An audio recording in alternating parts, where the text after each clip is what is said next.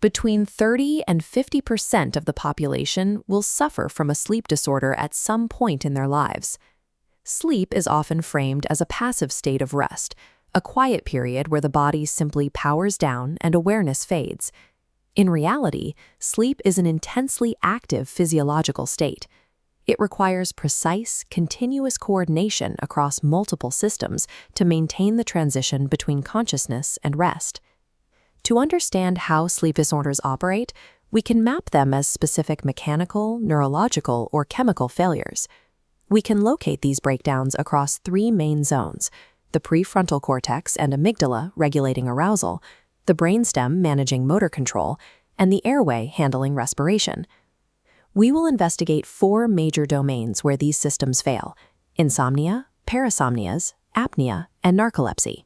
Identifying whether a disruption is rooted in a mechanical blockage, a neurological signal, or a chemical deficiency allows clinicians to target the specific system that has gone offline. Insomnia is clinically defined by strict criteria. A patient experiences difficulty falling or staying asleep for at least 3 nights a week, persisting for a minimum of 1 month. Patients with chronic insomnia almost always experience profound overtiredness, which alters their mental status and often introduces symptoms of depression. The disorder operates through a continuous cognitive physiological feedback loop. Inability to sleep generates anxiety, spiking the body's physiological arousal. That heightened arousal makes sleep even less likely, generating further anxiety and trapping the patient in an escalating cycle. The immediate instinct is often to force the system offline using chemical interventions, like over-the-counter medications or heavy alcohol use. These compounds can create physical dependence, alter natural sleep cycles, and actively disrupt REM states.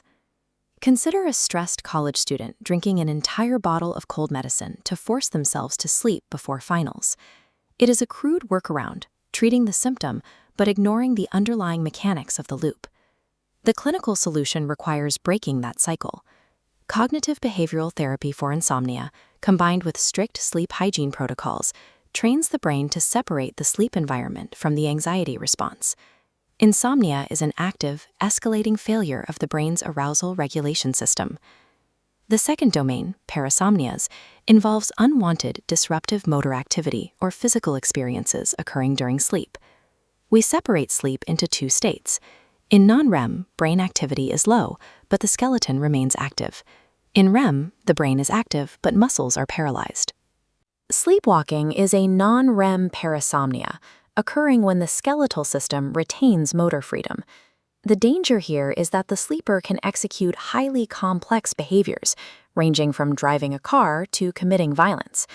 Their eyes are open, yet they remain unresponsive and retain zero conscious memory of the event. In 1997, Scott Fallader stood trial for the murder of his wife. His defense asserted the attack occurred during a homicidal sleepwalking episode. Fallader had a documented childhood history of severe sleepwalking and no other apparent psychological disorders. A jury was forced to grapple with the possibility that complex, violent actions could occur entirely outside conscious control. Failures in the REM phase present a different mechanical breakdown, known as REM sleep behavior disorder, or RBD. During normal REM sleep, the brain locks down the motor system. In RBD, that muscle paralysis fails to trigger. Without that physical failsafe, patients physically act out their disturbing dreams. They will kick, scratch, and yell, posing a physical threat to themselves and their sleeping partners. The specific neurological failure carries diagnostic weight. The presence of RBD is a robust early warning indicator for neurodegenerative diseases like Parkinson's. Parasomnias blur the mechanical boundaries between waking action and sleeping paralysis. Moving to the respiratory system, sleep apnea is defined by repeated episodes where breathing stops for 10 to 20 seconds or longer.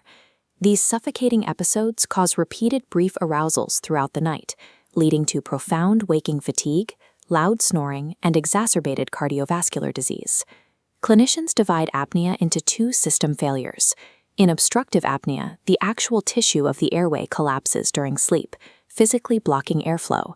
In central apnea, the airway remains open, but the brain's signal to regulate breathing suddenly drops out.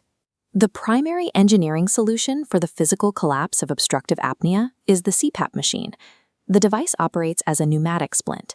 It pumps continuous positive air pressure through a mask to physically force the airway open and maintain respiratory flow. This vulnerability in respiratory sleep architecture appears in its most fatal form in children under 12 months old, known as sudden infant death syndrome, or SIDS. Clinical data ties SIDS to specific risk factors, including premature birth, smoking in the home, and hyperthermia. Interventions include placing infants on their backs to sleep and removing suffocation hazards from the crib. Whether the failure is a collapsing tube or a missing brain signal, respiratory sleep pathologies demand immediate physical intervention. Returning to the brain, narcolepsy involves an overwhelming inability to resist falling asleep at inopportune times. The disease presents a mechanical paradox. While insomnia is driven by arousal blocking sleep, narcoleptic episodes are frequently triggered by heightened emotional arousal or stress. These attacks are accompanied by cataplexy, a sudden lack of muscle tone or complete voluntary muscle paralysis. Cataplexy is the healthy muscle paralysis of REM sleep, erroneously triggering while the patient is fully awake. This timing collapse is driven by a chemical failure. Affected brains show reduced levels of a signaling molecule called hypocretin, causing the system's activity regulation to crash. The disease manifests with extreme variability. In one clinical case, a 50-year-old woman sought treatment after repeatedly falling asleep while driving and eating. During periods of emotional arousal, her cataplexy presented in a highly specific manner.